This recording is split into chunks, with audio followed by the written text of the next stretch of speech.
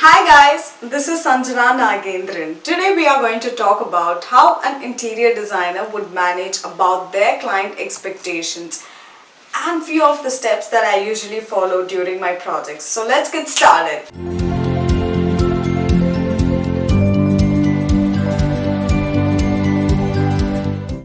Managing client expectations is one of the most important aspects of running an interior firm. Creating a mutual understanding of the end-to-end design process will create a foundation for a trustworthy designer-client relationship. As an interior designer, your reputation is everything that matters in this business.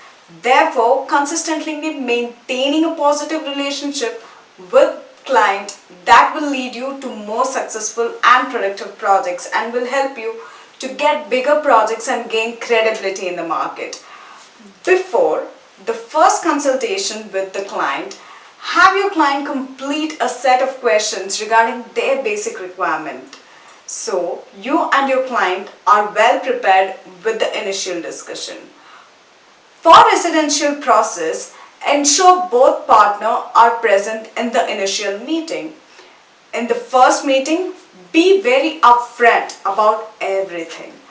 Thoroughly discuss your process and detail how you work, what type of finishing you're providing.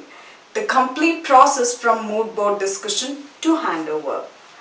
Provide visual guides such as example of your previous projects so they can have a better understanding of what to expect. This helps you avoid any confusions later and establish trust. After you fully understand the scope of the project, be honest about the feasibility of their expectations.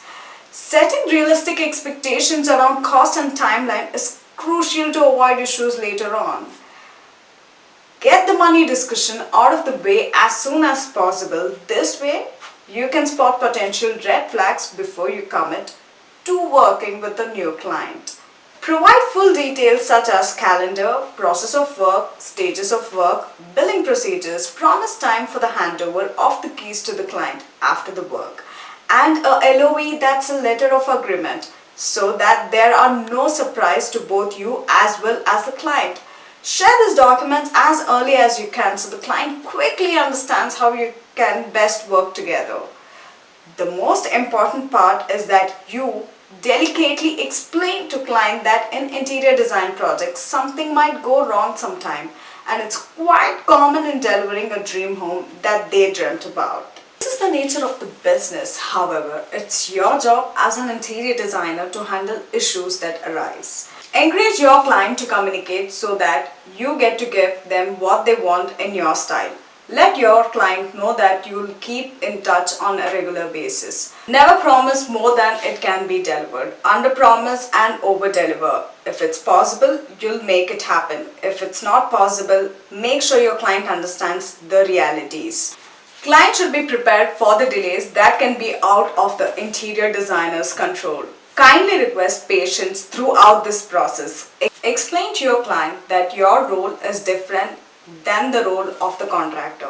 Interior designers don't control how the contractors, subcontractors work and who shows up for days on the job.